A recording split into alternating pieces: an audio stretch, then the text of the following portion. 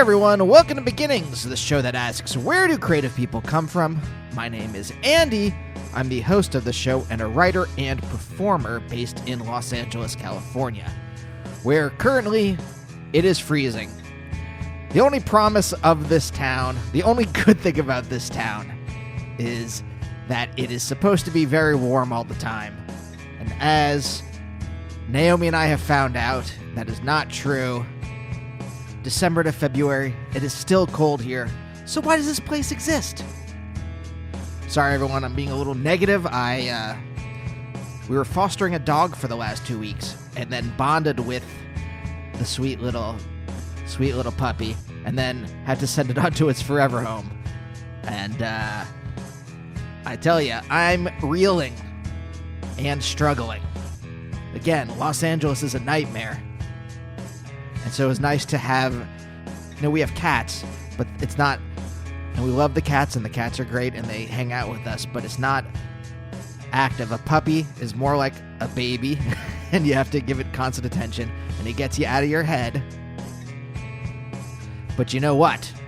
I recorded this episode before we had to give the puppy away. And I'll tell you what, I am emotionally even-keeled in this interview. And what a talk it is. This is Bridie Mons Watson, a.k.a. Soak. If you don't know who she is, let me read you her bio. Originally from Derry in Northern Ireland, Bridie began making music when she was 13 and quickly found acclaim. Her first album, Before We Forgot How to Dream, was released in 2015 on Rough Trade. It won the Irish Choice Music Prize Album of the Year and was shortlisted for the Mercury Prize as well. Her latest album, Grimtown, which is also on Rough Trade, will be out this April. Bridie was in town to play some shows, and she stopped by the old Beginning studio here in beautiful Franklin Village. We got into it. One of the big things I talk about on this show is identity and your existential self and how you figure out who you are as a person. And it was very interesting. We spend a lot of time. We talk about, first off, about growing up in Derry in the aftermath of the Troubles. But Bridie got into music as a teenager and became very popular kind of quickly. And we talk about a lot about how you figure out your identity within that, while you are still a teenager, you're still figuring out who you are as a person, and now you have all this other stuff. You have all these eyes on you. You have to figure out your artistic persona, and we talk about that. Very interesting, very cool stuff. I like Bridie a lot. I liked her new album a lot. So check her music out, and I hope you like this. By the way, if this is your first time listening to Beginnings, thanks so much for checking out the show. And you know what? I would encourage you to check out other episodes of Beginnings. You can find them all on beginnings.libsyn.com or Spotify. The last 100 should be on whatever your podcast app is. Get them all. Or I could recommend a couple for you. What could be of interest? I just finished watching Russian Doll. And a couple years ago, I talked to Leslie Headland, she co-created it with Natasha Lyonne. I talked to her. If you're here because you like music, I've talked to a ton of musicians. Just a sampling. Sadie Dupuis of Speedy Ortiz, Mitski, Colin Newman of Wire, Matt Sharp of Weezer. I've talked to television writers and creators like Damon Lindelof, who co-created Lost and The Leftovers and now is show-running Watchmen for HBO. Who else? Actors, Abby and Alana of Broad City, Phoebe Robinson of Two Dope Queens. What about some comedians from the UK? Aisling Bea, Maeve Higgins, Josie Long, and tons of other people. So check out those episodes. If you like what you hear, subscribe to the show on Apple Podcasts or Stitcher or Spotify or Google Play or a ton of other places. You can find me on social media at Andy Beckerman on both Instagram and Twitter. That's about it. Episode 400 coming up in a couple weeks. I'm going to have a special bonus next week about television development and kind of the actual, I sold a show last year, and I'm going to have a friend of mine who just sold a show too. and has been developing it with one of the broadcast networks. And we're going to talk about that process and what it's been like and what the realities are of actually making television. So I hope you find that interesting. Anyway, stay tuned for some great stuff. And now, let's talk to Bridie.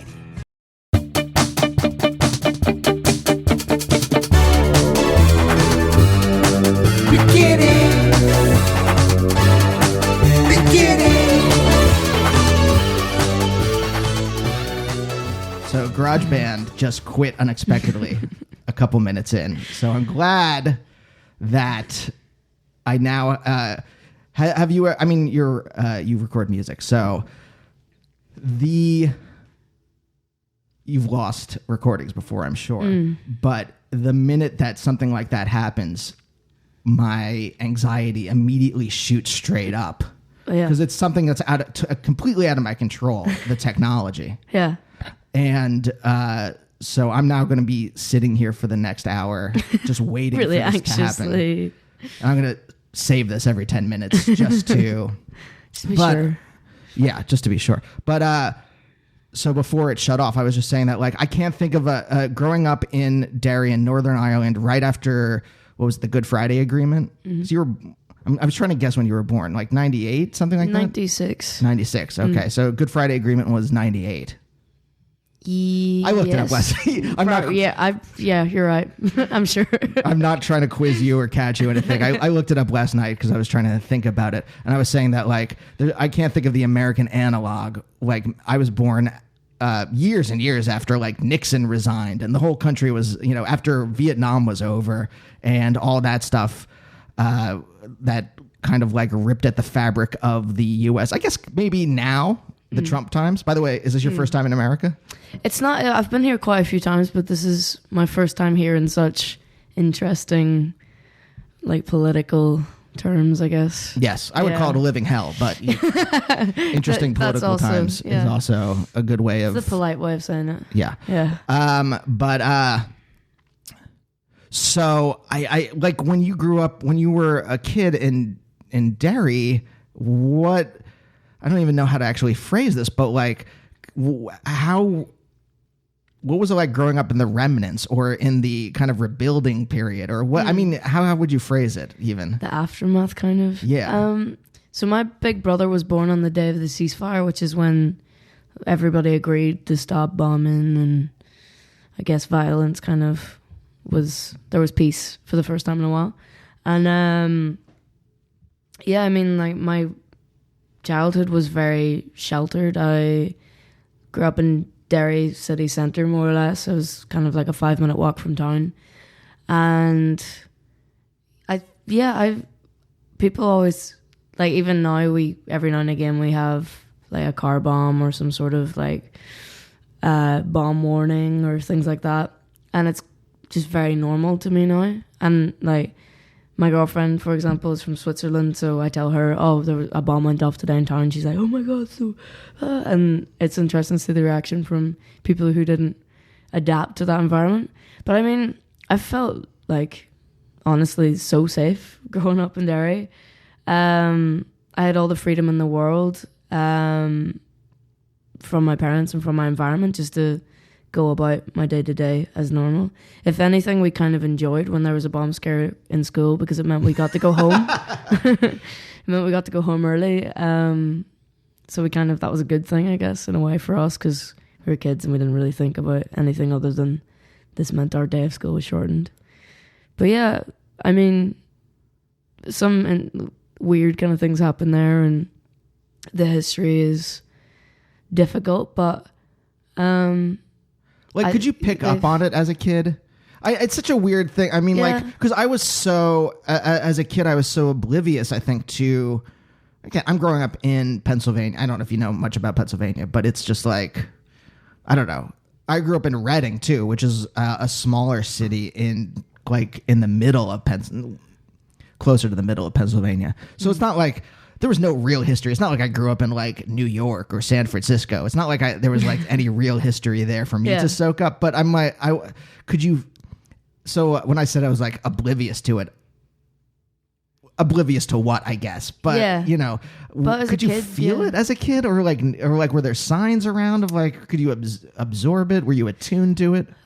I think my parents did an incredible job of raising me and my brothers to be so open and understanding culturally, and also like we were just, for example, a lot of kids where I'm from, as soon as you're born, you're kind of immediately baptized, or you are Catholic or Protestant is the kind of vibe, and then for your life you kind of grow up in that environment. So you go to school with other Catholics or you go to school with other Protestants, and in ways it can be quite split like that. But my parents, both being of different beliefs or religions, not that they practice in any way or care about it now, but when they were born, they grew up during the Troubles and they experienced what it was like to be categorized as this thing and the hate and stuff like that. So when we were kids, we were born into just complete freedom, and religiously, like, we weren't given any title, we were just given our names and that was it, which I thought was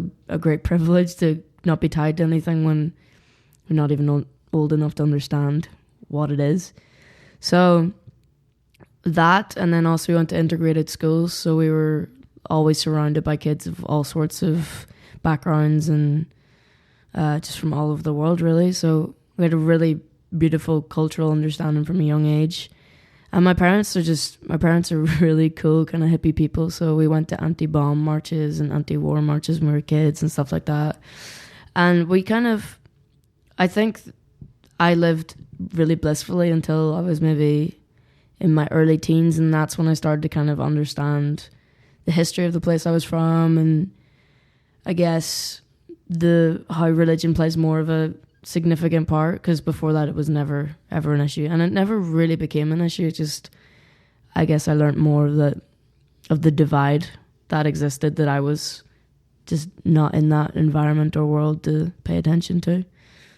I mean, do you feel like here? I mean, here's another. I am trying to like relate this. I'm like, again, growing up in Reading, I'm Jewish. I grew up Jewish in a very Christian area, but I'm like, it's not this. There's nothing like there's zero in my past that is like anything like I think growing up in Northern Ireland, and so like the idea that there was such strife between two groups, like what, like, is it in the air still? Like, I know you said your parents like kind of if not sheltered you from it, at least like raised you in a different kind of atmosphere. Yeah. But like you walk outside, I just want to know, like, Set the scene. like set the scene, and then we'll talk about your parents a little bit. And so is there, you know, are there still signs of that strife around? Because I'll get to like the bottom, the question underneath that, which is like, I think if you grow up in an area where there is some kind of aggression or remnants of aggression or something, like somehow you soak it up in some way. And I'm curious about like in what way, if you're attuned to it in any way. Yeah. I mean, I can only speak on what I've witnessed and how I felt.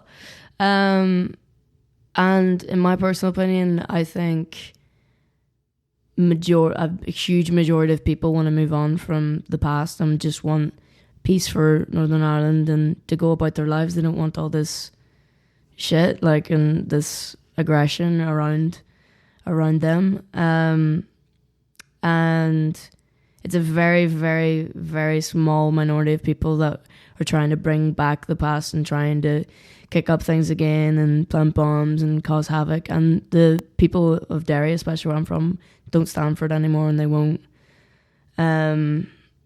let it affect their lives, because that's what those people who are doing those things want. But for the most part, I mean, I've grown up in a really accepting environment, and Derry especially, like, I think the glow up has been incredible in terms of, even like for it being a relatively small place in Ireland, like we have a huge gay festival, like Gay Pride, that happens every year and thousands of people attend. And in terms of being queer in that environment and growing up, I was always so like lucky that I met a lot of queer people quite quickly, and in general, people are really accepting and open to that kind of thing. So I've never felt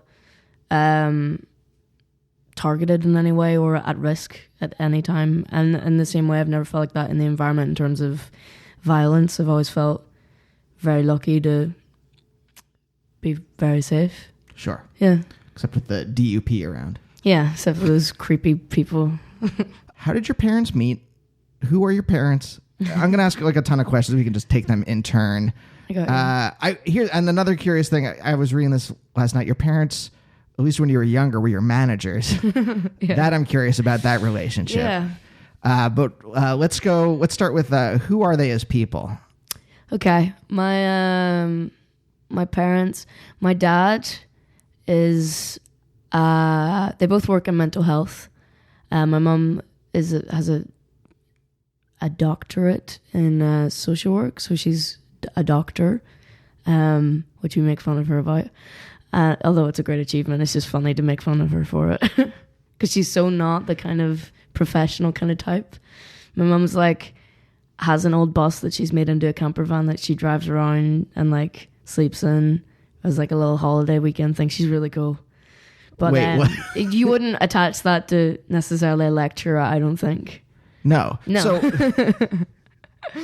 by the way, I'm like, oh, the history of dairy. That'll be the most interesting thing. And then we get into like, and then you hear about my mom. Your mom, who is a doctor. She's a PhD or like an actual like doctor, like medical doctor kind of. Like you said, mental health, but like, are we talking like psychiatrist? Are we talking? She's going to hear this and be like, I've told you a million times, but honestly, I'm not sure exactly what is her like thing. I know she lectures and she has a PhD and she's like really smart and nice. That's the main point. So can we talk about the camper? She took a school bus and turned it into a camper van? Yeah, this is the second edition so far. She, she's really like DIY kind of. That's her like hobby, and she really likes gardening and stuff like that. She's like an exceptional interior designer. She really could have done that if she wanted to. She's an artist essentially, and just years ago she bought like an old van and renovated it so it had beds and a shower and a bathroom and stuff like that. And then she would take the van for like weekends away and her own traveling hotel. And that was the first one. It had a name, but I've forgotten the name. And I also think naming vehicles is creepy, so I just like pretended it didn't happen. And then the second one she has now is like a huge old school bus, and it's a bigger version of it. It's quite impressive. It had a mouse recently that she has since captured. Yeah, and that's that. So she's eclectic, let's say. Yeah, she's cool. What's her history? My mom's history. She's from Belfast. So is my dad. That's where I was born. And they met. I feel like I've never been given a direct story, but I think they just met through friends and really got on. My dad's like very musical and really into like the free world and just loves Jimi Hendrix and art and music. He loves Pink Floyd as well. It's his vibe. He's a great guitarist. And he also works in mental health, but he's more kind of works in mental health facilities in terms of like rehabilitation and I don't know, like caring for mentally ill people mainly. How did he get into mental health? I think they both of my parents are very interested in how people work and very empathetic, understanding people. So I think definitely for my mum, like that was just, it feels very natural that she ended up in that line of work because she's such a considerate person. And definitely like through her being my mum, like she understands me in a very thorough way. Mm-hmm. And it seems natural that she ended up in that line of work. But also she could have been an artist because she paints and stuff as well, and she's unbelievably good at that. But I think she just gets people in a very beautiful level. And my dad as well just has a undying interest in how people work and why they do the things they do. And I think it was that interest in. Do you think you grew up in an over analytical household? Like, do you? It sounds like that, but no. No, my parents are really chill. Like, we had so much freedom growing up to be ourselves and to follow our interests. And honestly, my upbringing was, I couldn't have been more lucky to come from that household. So yeah, it wasn't like, let's all have dinner and talk about our feelings kind of thing, or how are you feeling today? Are you sure? Like, it wasn't intensely like over the top sensitive, but they were always there if I ever needed them, and that's all you can ask for. Was it emotionally open though? Like, could you identify? I grew up in a super repressed, well, not super repressed, let's just say repressed household. And we just didn't talk we didn't talk about emotions. That's really it. And it's not like it was like you couldn't express emotions. It's just that we didn't ever look inside and be like, why am I feeling that? I get what you mean. So I'm trying to think. I'm like, I get it. Did you grow up in a place where it was encouraged, where you could if you wanted to, where like were you guys emotive? Because I know we're just meeting for the first time, but you seem very kind of like placid, very kind of like even keeled. Yeah. Like you didn't come in screaming. No, just not today. Yeah, I mean, the environment was of complete, it was really open, and if I ever needed or wanted help or advice, like, it was there. But I think as a kid, I was very introverted and shy in terms of how I was feeling and myself as a person. I was just very, like you said, like repressed as well. I didn't really have... My thing with music when I found it was that it was the first way I knew how to express myself accurately, and the way that satisfied that expression the most. And up until that point, I never had a channel to say all those things and say how I was feeling, because I just I don't know, I just wasn't the kid that wanted to be open about those things for a very long time.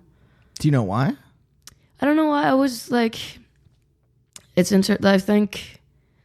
I don't know, like when I was really young, I had severe dyslexia, and they said I would never read or really write. And I think things like that, I remember my childhood as being very frustrated all the time because I hated being told I couldn't do things or being told I wasn't capable of things. And that ultimately made me like strive to achieve them. But I don't know, I think I was just like, I had a happy childhood, but I think for parts I was unhappy. I think because I hadn't found ways to say how I was feeling, and that was like building up inside of me, and I would act out in ways to kind of counteract whatever I was thinking, I guess. But yeah. Like, do you remember a specific instance of acting out? I would have tantrums quite often. I was like even though my mom was my main support in ways, I feel like I was mean to her as a kid, which makes me feel bad to say, but I definitely, there was a occasion where there was some sort of argument and I told my mom I was going to ring Childline on her, which is like intense. And I used to, we just didn't get on for a long time. And I think it was as well knowing that she was such a huge support and just rejecting that support and not wanting it. And as a way, I guess, to further repress however I felt. It's so weird how like you carry that stuff with you. Were a kid. Yeah, I was really young when I was like a devil. There's one time where my grandmother called, and I knew my dad. They got along well. They were fine, but like, you know, she would always like my grandmother was very neurotic, and my dad is very neurotic, and surprisingly, I'm very neurotic too. And I just knew that like when my dad came home from work, he was like, he didn't want to deal with my grandmother or whatever. Mm-hmm. And I remember she called, and my dad was like, "Who's on the phone?" I like picked up the phone, and he was like, "Who's on the phone?" And I put my hand over the receiver, and I'm like, "You know who?" And I was a kid. I was like 8, maybe. Yeah. I can't remember. You know, I was very young, and I was like, as I got older, I'm like, oh, I wonder if she heard me. Yeah. And I've carried that guilt that she heard me say that with me into adulthood. When I know, like, I was a child. Like, it's such a weird thing where it's just like... There's childlike innocence, but at the same time, the guilt just remains forever when you mess up like a kid like that. Mm-hmm. Yeah. Do you get... I know you said you weren't raised religious. Do you get the Catholic guilt anyway? No. I just avoid it religiously, just not interested at all. That's why I don't have any sort of...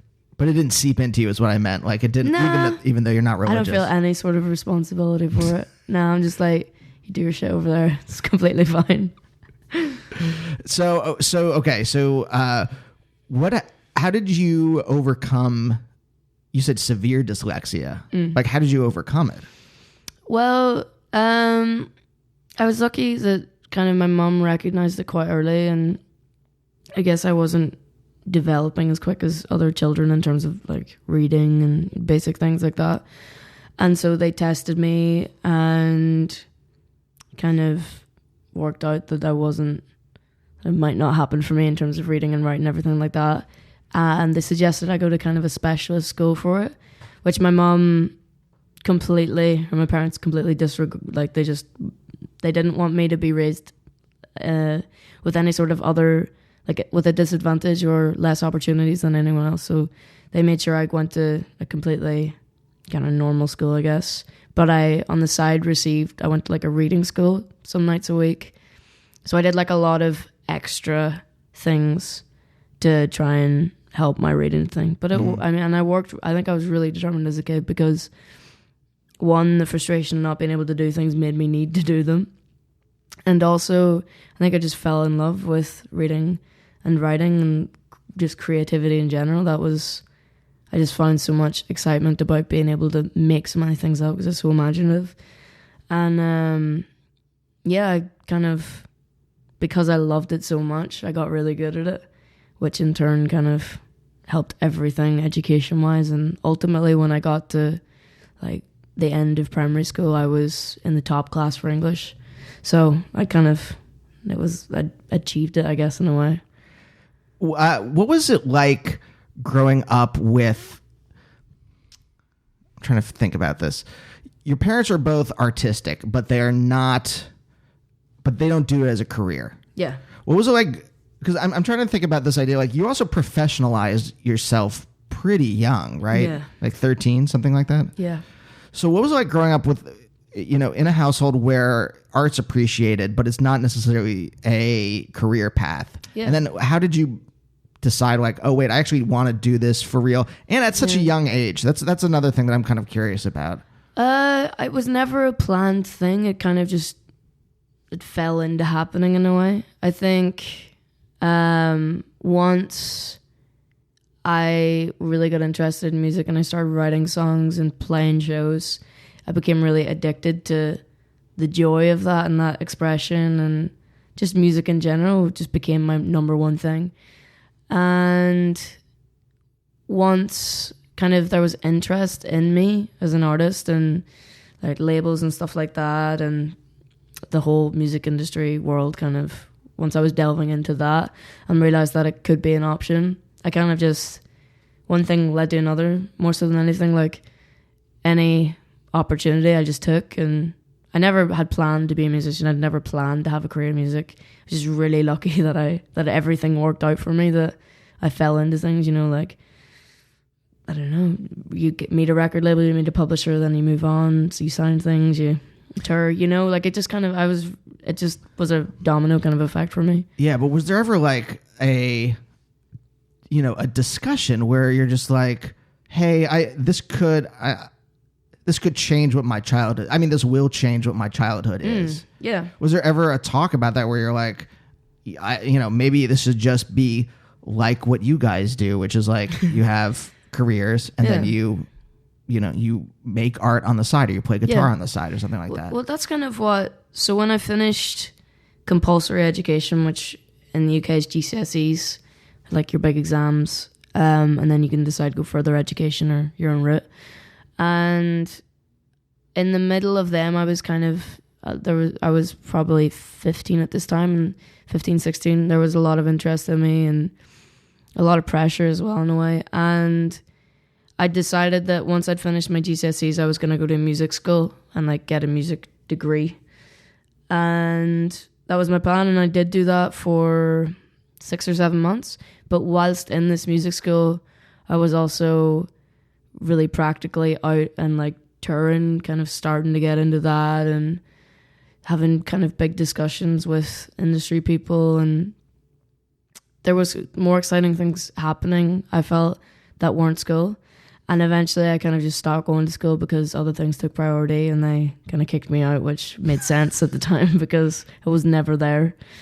And I remember when I got kicked out of school because I kind of was in denial about that for quite a while and telling my parents that that's fine, like the school don't care about. And eventually when I got kicked out of school, I know my parents were like pretty disappointed in me. That was the last time I felt true disappointment from them. I got kicked out of grad school. And so I empathize. I feel this may be the first point of connection that we found. Yeah. Surprisingly, growing up in Derry in the 2000s versus growing up in Pennsylvania in the 1980s, very different. But yeah, no. Well, that's again, like I'm like guilt and shame are like my primary emotions. Yeah. So I'm like It's now like, now that I do comedy, it's more of like a funny story. Yeah. But still, carrying, getting kicked out is not like a great, it was not a great, I cried when I got the email. Proud of myself. Yeah. What did you do? I was an asshole. Well, I mean, essentially, I was just self-righteous. I was like, the way that I was in philosophy, and I was like, the way you're teaching philosophy is not the correct way. I was right. I still am right, but that's like going into like an institution and like basically saying like, you guys are all wrong, and like pushing over a bookshelf and then expecting them to be like, you know what? He's right. You're right. You teach. We're going to change. We're going to change the way we've done this for the last century. Yeah. So, So, like, I mean, what was it like? How'd you find out? Did you get like an email? Did they just send you a letter or something? I knew it was imminent because I think at that point in my life I was also being a bit of a dickhead. Just because, like I had friends in the class and stuff, and I wasn't like disliking my time there. It's just other things excited me more. So I guess I just became really lazy in class, and like you, kind of self-righteous, just didn't show much interest and was really lazy about any sort of stuff you had to do, I guess. And I had some warnings, and it didn't really change my behavior because of the warnings. And then they're just like, you don't want to be here. I was like, nope. And they're like, don't be here. So they kicked me out, which is fair enough. Like, I don't have any bitterness towards them. Like, I would do it too if I was a teacher and someone else was a student. Was it, I mean, like there was no kind of like, oh shit after that? Like whatever that feeling in the pit of your stomach? I was scared to tell my parents because, like there's no guarantees in any sort of creative industry. And I mean, I was at the very, very start of my music career, and it could have went to shit so quickly and so easily. And I didn't have any backup. And the point of me going to music school was at least having a degree to back up anything for future endeavors if, the soak thing didn't work out. So it was definitely like oh shit, I'm fucked. And it was like, I really need to go for this now. And that was the kind of, my parents were disappointed in me and angry that I'd been so lenient. But they were also like, you really have to take this seriously now because you've started a career for yourself, and this is your kind of only way to go right now. So, yeah. Was it like in my head, what I imagined of you, and again, we've been talking for a half hour, so so this is just my weird brain picture, but like in my head, you were like walking into school with like a leather jacket with the collar flipped up, and you're like, I own this school. Fuck off. You're like, I'm in a band, like that, and then and then there was this like kind of like glass of water in your face, getting kicked out, and you're like, "Ooh, I better put the collar back down." Yeah, and fix myself up. Yeah, was it like that? No, I was never like that loud of a student. I was kind of just like going with the flow of things. So I guess like, yeah, I probably just walked into school with my head down, kind of knowing it was going to happen, having the conversation, being like, yeah, that makes sense. Just walking out. It wasn't honestly that phase because I just knew it was going to happen anyways, and I deserved it. So I'd accepted it before that. I was most focused on my parents, and I know when I told them, or they got an email or something, I know I was like lying in my living room, like on the floor in front of the fire, and it happened. I was kind of like, just didn't really have anything to say for myself. It's like, this is what it is, guys. Because I imagine it's kind of like a mind fuck to get attention, like national attention as a kid, as a teenager, not a kid, but you know what I mean, right? Yeah. I imagine it's kind of like, I mean, I don't know if you've thought about it. You're still fairly young. I feel very old, by the way. But I don't know if you've like thought about like how, you know, the way that it's kind of affected you. Does that make sense? Because I know like as an adult, like, you know, getting any kind of attention is kind of a mind fuck for me. So I'm trying to like think back to like when I was, you know, 13 or 14 or something like that. I'm like, I don't know how it would have like changed me. Yeah. Definitely when it happened and, you know, they sign in record deals and stuff like that. I was 16, 17 when those things were happening. It was more of a case of there was so much happening at once that I don't think I ever really processed things while they were happening. And when I recall it, that whole era, kind of it feels like a lot happened in a very short space of time. And I know that slowly but surely my kind of demeanor and the way I acted became less thought through and thoughtful because everything was so instant in my environment, and I was getting used to kind of being in front of a lot of people a lot of the time and being this, like being myself, but being a very concentrated version of myself. Yeah. You know, so it's kind of overwhelming to be that, and also for other people who know you to see you kind of 100% all the time, or 120%, I guess, all the time.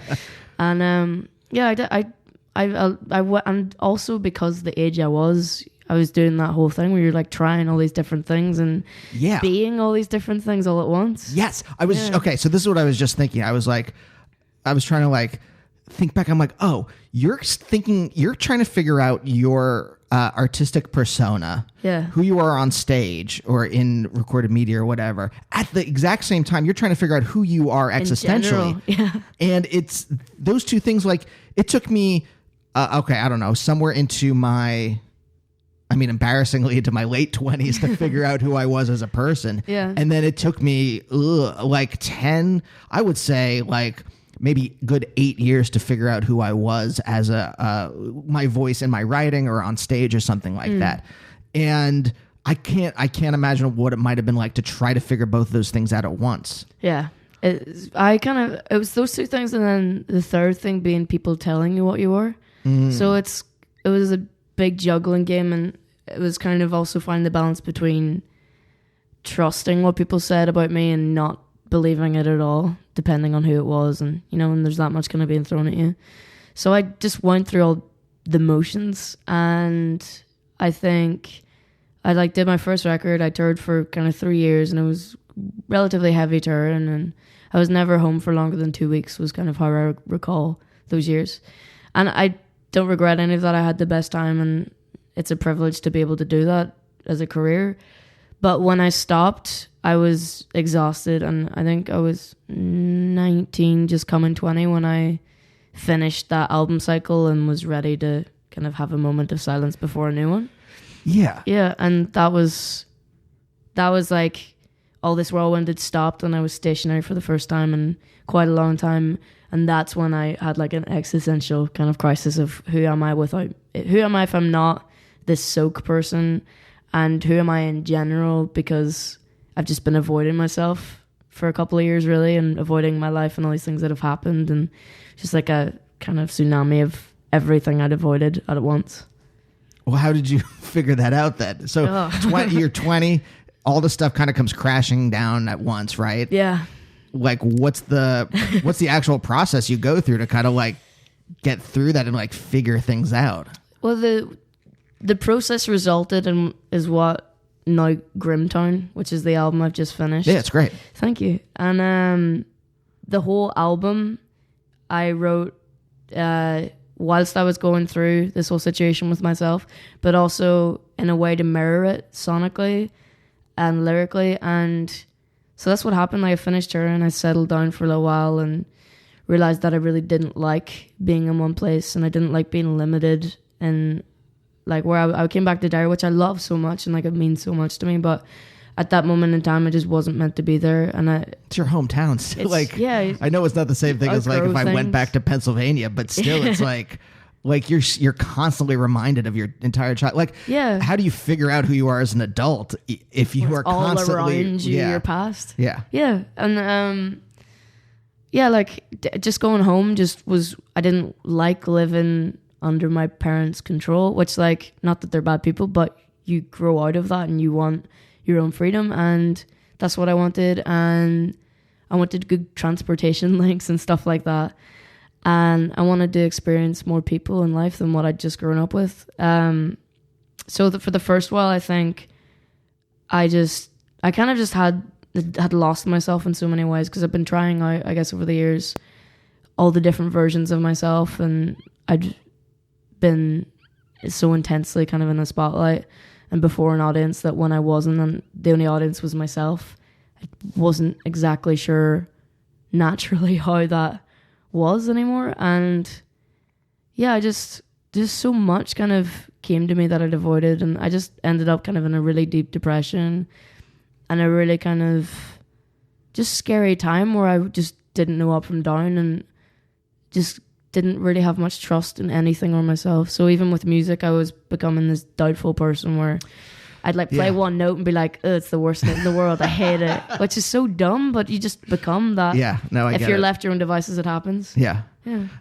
But like, when you were trying to figure out who you were in the spotlight and you were trying, like, what were the different, like, I mean, this is embarrassing for me. I'll just say all the embarrassing things that I've gone through. But like, I guess it's not that embarrassing anymore. I don't know. I got really into ska at one point, so there was like a ska phase music? for me. Yeah. Cool. Maybe cool in the UK. Less cool maybe here in the 90s in America. But sounds like it was still cool. But you were there. So. Well, look, I liked the Specials, and I liked like 1960s like ska from Jamaica and things like that. But also then there's like Skank and Pickle. There's like a lot of other ska bands where in retrospect I'm like embarrassed to mention. So the 90s were ska core. So hardcore and ska together. Intense. So, you know, and I was trying to figure out who I was, and then I eventually figured out that I just liked horns. And the rest of it, I'm like... Just into jazz, actually. Yeah, jazz and indie rock that had horns in it and stuff like that. So I'm like, oh, okay, I don't have to... But, like, I mean, that's a dumb version of, like, trying to figure out... But there's, like, other stuff. Like, I remember another embarrassing thing was... I don't know why. A freshman year of college, like early on, like the first like couple weeks, when I went to parties, I had like a cigarette tucked in my. I didn't smoke. I've never smoked in my life. Yeah. I had a cigarette tucked behind my ear because I'm like, vibe. I don't know why I thought it was like something that like a conversation piece. I don't know. Maybe it was like the very the like lowest version of someone bringing an iguana on their shoulder to a party or a cockatoo or something like that, a cockatiel, whatever, you know, like those some significant symbol that meant people could talk to you. Yeah, or like I know I wouldn't light it, and I would like maybe I thought it was funny or something like that. But again, these are like dumb. These are the very dumb versions of like trying to figure out who I was as a person. There were important things to happen. I used to carry a lighter around on nights out. I did smoke when I was younger, but I used to carry a lighter primarily for conversation starters, because if you go to a smoking garden on a night out and people are like, oh, have you got a lighter? Boom, conversation. Just like easy way to edge your way in. I also used to wear bandanas around my neck. So those are the dumb versions. But like, what was like the deeper? Was there like a deeper kind of like, who am I? And like, I'm gonna try to figure this kind of stuff out. Like, or did you? And then, what was the process besides just like writing an album? Because you said I know you said earlier that you like figured out, you kind of would figure out your emotional stuff instead of talking out through music. But was there, because you are trying to differentiate who you are as a person from this kind of artistic persona, Yeah. how did you figure that part out? So like first, what were the different kinds of like identities that you were like cycling through when you were younger? And then how did you actually crystallize? And I know I mean, you're in your early 20s. You're still It's trying still to, not crystallized at all, but the process, I mean, as a younger person in music and stuff, I definitely, I think I was a very extroverted person at that moment in time and really outspoken and kind of just go all the time. And I think once I stopped and kind of had a minute to myself, I was very introverted, and I've recognized that as a person, I'm a lot more like that now. At this moment in my life, I'm quite shy, and I like my space and I like quiet time. Yeah. And when I was younger, I was definitely very good at like being thrown into a situation, being like, okay, it's on, and I can have this conversation, and I can, it was just very easy to me then. And now it's not, and I think I just think about things a lot more, and things mean a lot more to me now than they ever did when I was younger. And yeah, just the cycle of kind of working out what I was about. I was really sad for a long time, and I was trying to force this record out of me because I felt a lot of pressure from my younger years, because my first album had a bit of success, so the pressure came with it. Yeah, I can't. I really can't. Like, I was trying to think, like, when you just said, like, I was almost thinking of, like, this kind of stuff when you're a teenager, having this attention on you. It's almost like, again, I'm going to keep saying this, my dumb version of this stuff where I'm like, if there's some kind of, like thing I don't want to think about, I'll spend the day listening to what I'm doing, chores or whatever, listening to podcasts as opposed to like dwelling in my own head. Yeah. That stuff is almost like so it's a distraction. So I don't have to think about it. Exactly. During your teenage years, while you're like trying to figure out your identity, it's almost like all that stuff was a distraction. Exactly. Completely what it was. And you didn't have to contemplate it really. And you could like whatever, you could put on whatever skin you wanted, ska, whatever. I mean, yeah, that's exactly it. And I think when I stopped, I expected when I came back to Derry that all my friends would be like, okay, let's have all the fun times we used to have. But everybody was like at university or had a job and had their own lives. And I realized that my job didn't necessarily fit into that dynamic. And I had all this spare time on my own and all that, no distraction at all. So it was just really intense contemplation. And yeah, it was a lot at once. And I think the game changer was when I stopped trying to write an album for other people and I started to write it only for myself. And from that moment on, kind of the whole thing just happened. Like lyrically, it just came to me because it was all things I just had to say and get out of my system, and all the growing pains of my life of the past while and just who I was becoming all had to be said.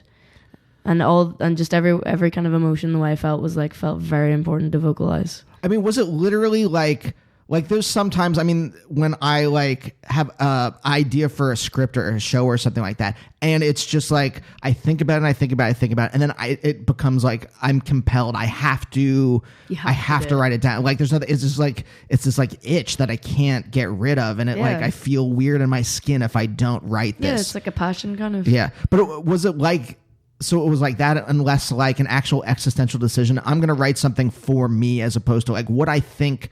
That has to be such a difficult, especially in your teenage years into your early 20s. It has to be a difficult thing to like try to differentiate what do I want to do versus what do outside pressures. Yeah. And we're also like different generations. So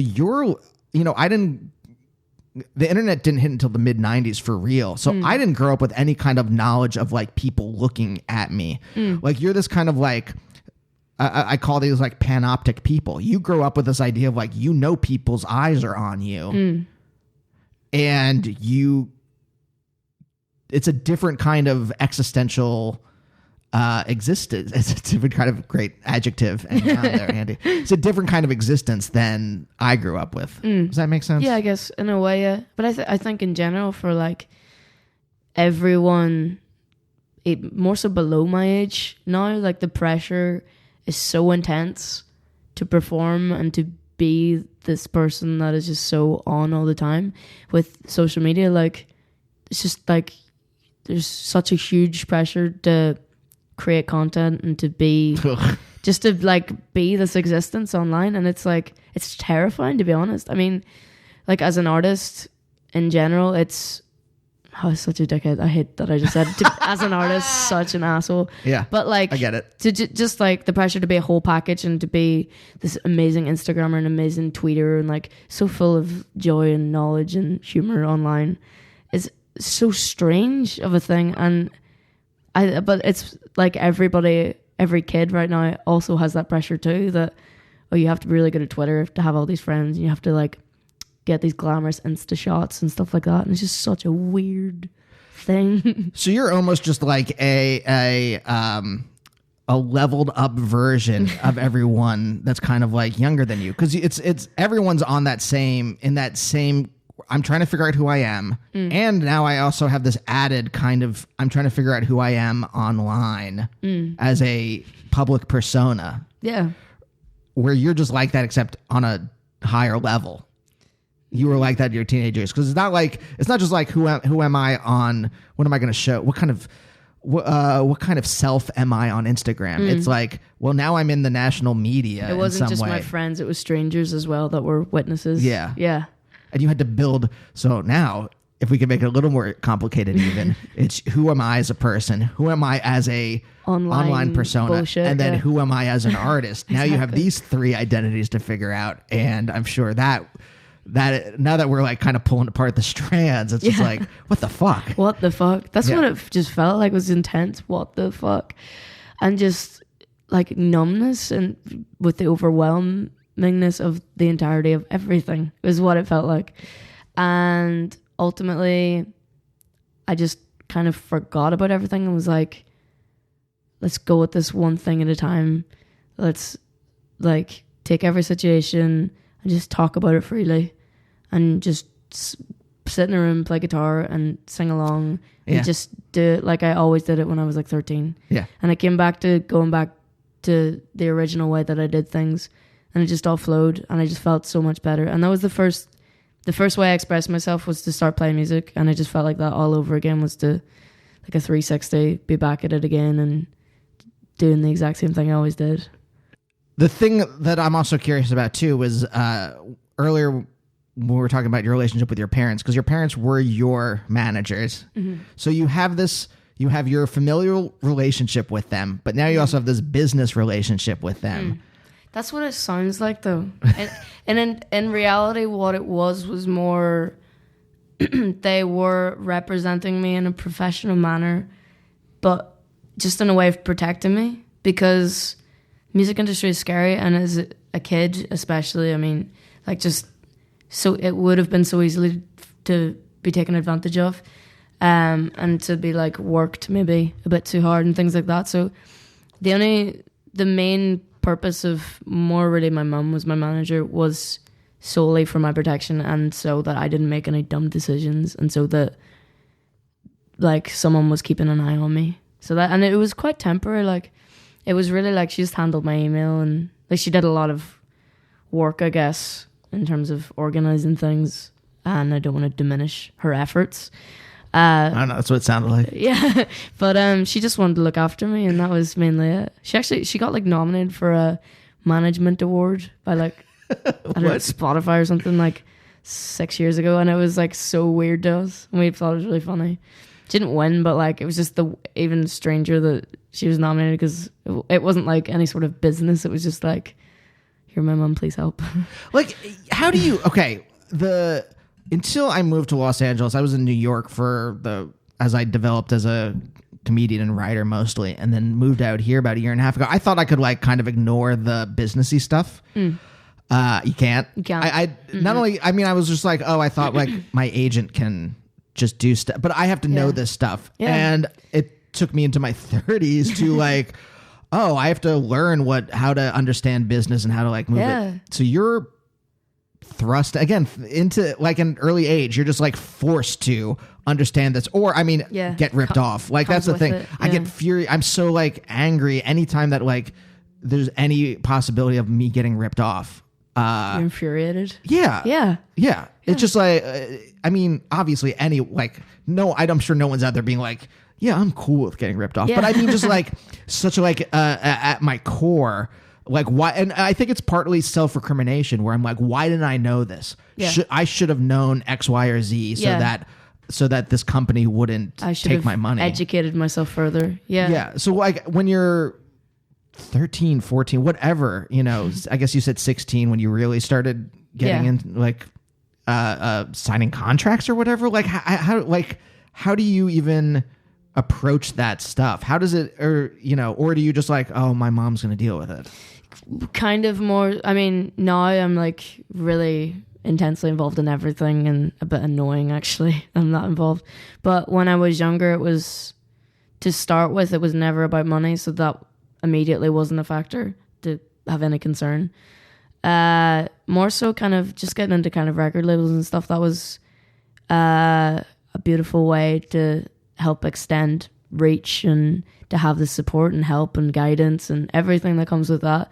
So when I found the record label that I wanted to go with, and trusted them, trust was the main thing. That was the terms of the contract, was just kind of making sure everyone was happy and it was equal and fair, really. Which kind of, I definitely didn't ever read like my initial contracts in full. Sure. I just had someone like shorthand read it to me and let me understand it primarily. I've read contracts and I still don't. I'm like, and then later on I'm like, wait, why didn't I know? I read the contract 10 times. Why didn't I know that this thing didn't mean what I thought it meant? But I've like, so it's like I was content and stuff and I never signed anything I didn't want to. But in the like more now, I've come back to read them and understand them. But like, is it like, did you start off like with, I don't know if this is an answerable question, but maybe it leads to something, but did you like have a business head, right? Do you know what I mean? Like there are people I will meet, especially out here in Los Angeles, where I'm like, oh, you're a business person. And it just so happened that the business you're in is creating things. Yeah. Did you have a head for business and then it just so happens that you're also a creative person, or was it you're a creative person now you're just like, I gotta understand what a clause is? And they're definitely like, they go hand in hand. You need the other usually. And there are people I know who are like I call them like the weirdos in comedy who I'm like, oh, the only reason that you are a weird person and the only reason you are getting ahead is because you had a manager who was able to like do all that stuff for you. Yeah. Because you don't have you're extremely creative, but you don't have a head for the businessy parts. And in the same way, some people that are like really untalented just have really good management. Yes, and I know can many of them excel them to incredible heights. I think I've never been like business minded as a priority, and like you weren't selling. I was never pencils like, as a kid, like on the corner in Derry. I was like selling nickel CDs a pencil for like 10p, and I was like, please, I'll give it to you if you want. That was my business mindset, and yeah, I was just didn't come into play. I was just enjoying myself and having a great time. And opportunity wise, I saw it as like, oh, I'll get to play here, great. I get to travel here, great. I get to meet this person, great. And it was never, this will mean that it will sell this much and blah, blah. I'd never considered that. But getting older and maturing, I think to be successful, you need to really pay attention to the business side, because everything is a domino effect. And that's the way I look at it now, is that like if I do this interview or whatever, not this one, but if I do like this media thing that I don't particularly, I'm not going to really enjoy it, but I know that it may open me up to a new audience. It's worthwhile.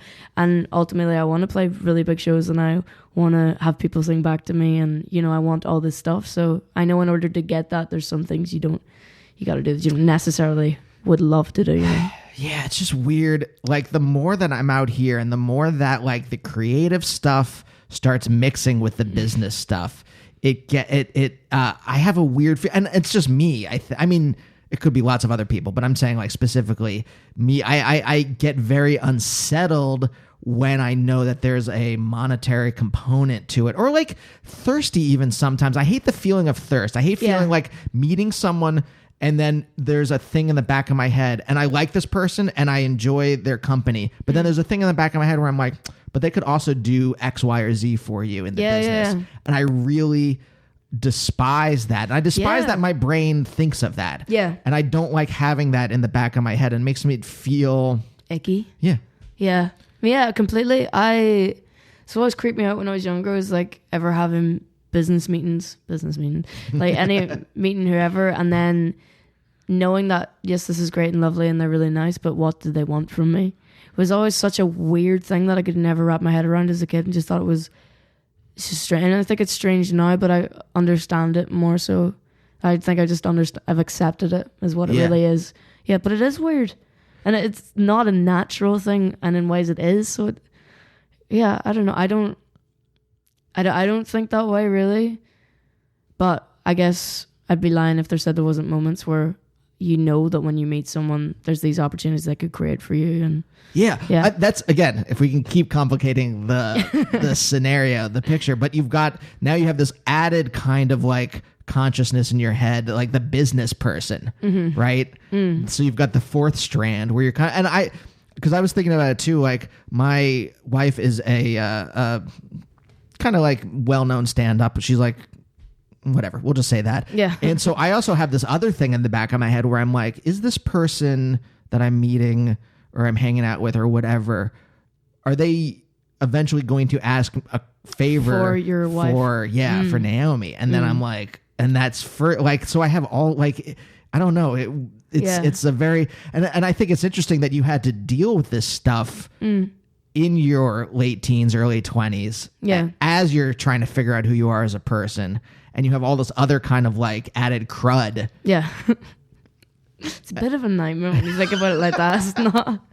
It's not very rainbow and smiles but I get where you're coming from with that as well. I think my dad always taught me from really young. He was like, just be nice to everyone. Like, not even mainly in a music sense. He was like, be nice to everyone because you're not going to get anywhere if you're an asshole. You're only going to get places if you're nice anyways. And just like, why be a dick ever? Because like, there's just no need in putting that negativity out, and just, like, if you can be nice is the general rule. And that's what I try to adhere to as much as possible ever. Because it's better. Things are better when that is the way. And my girlfriend comes on tour sometimes, and I think maybe because I'm in the spotlight, or I don't know, like there's an attention on me, and people sometimes are trying to get things from me or my attention.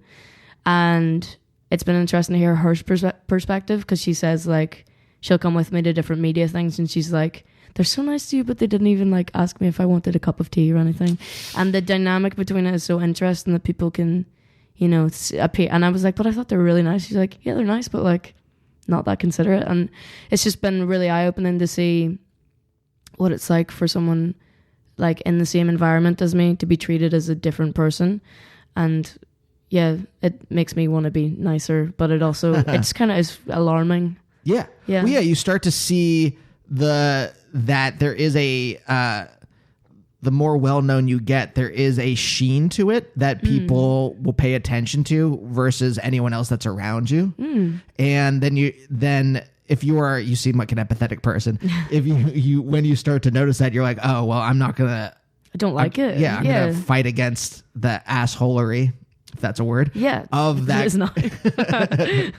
Of that. And not treat other people, not treat the help like shit. Yeah. Do you know what I mean? Yeah, I get what you mean. I'm being sarcastic a little bit. But like the people around me, I'm not gonna like. It's so weird to me, like when someone. I think this comes from people who grow up wealthy sometimes, but like who will treat like waiters like they don't exist. Yeah. Like that kind. Like it's that kind of mentality that like I think is on the same wavelength as like if you're well known or in a public spotlight or something like that. It's just like ultimately putting people on pedestals and not treating everybody as an equal. And I think just to be a good human and a nice person, you need to treat people as an equal. And I don't like for me personally, I hate when people treat me differently than someone beside me. It makes me feel weird and guilty. Yeah. Maybe this will be like the last question. But like, did you notice, like, was there a point in time where you noticed where you were starting to be treated differently? And then how did you react to that? Like in the moment, or was it something that you had to like think about later on, like years later when you were trying to figure things out? Yeah, I definitely thought about it later. I think in the moment, I think though I had kind of a bit of a skewed outlook because I was so privileged in my career at the start, and I was so lucky to be in the position I was in that I saw everything as like, oh, isn't the world great? Isn't it so amazing that all these people are so nice? And I think I just was complete tunnel vision and was just like lapping it up and really enjoying where I was at. And it took me to not be in that environment and completely away from it to understand that that's not normal to be on that pedestal, and it's not normal for people to be so excited about you all the time. Like, that's not a natural life thing. Everyone in your life isn't always going to be like that around you.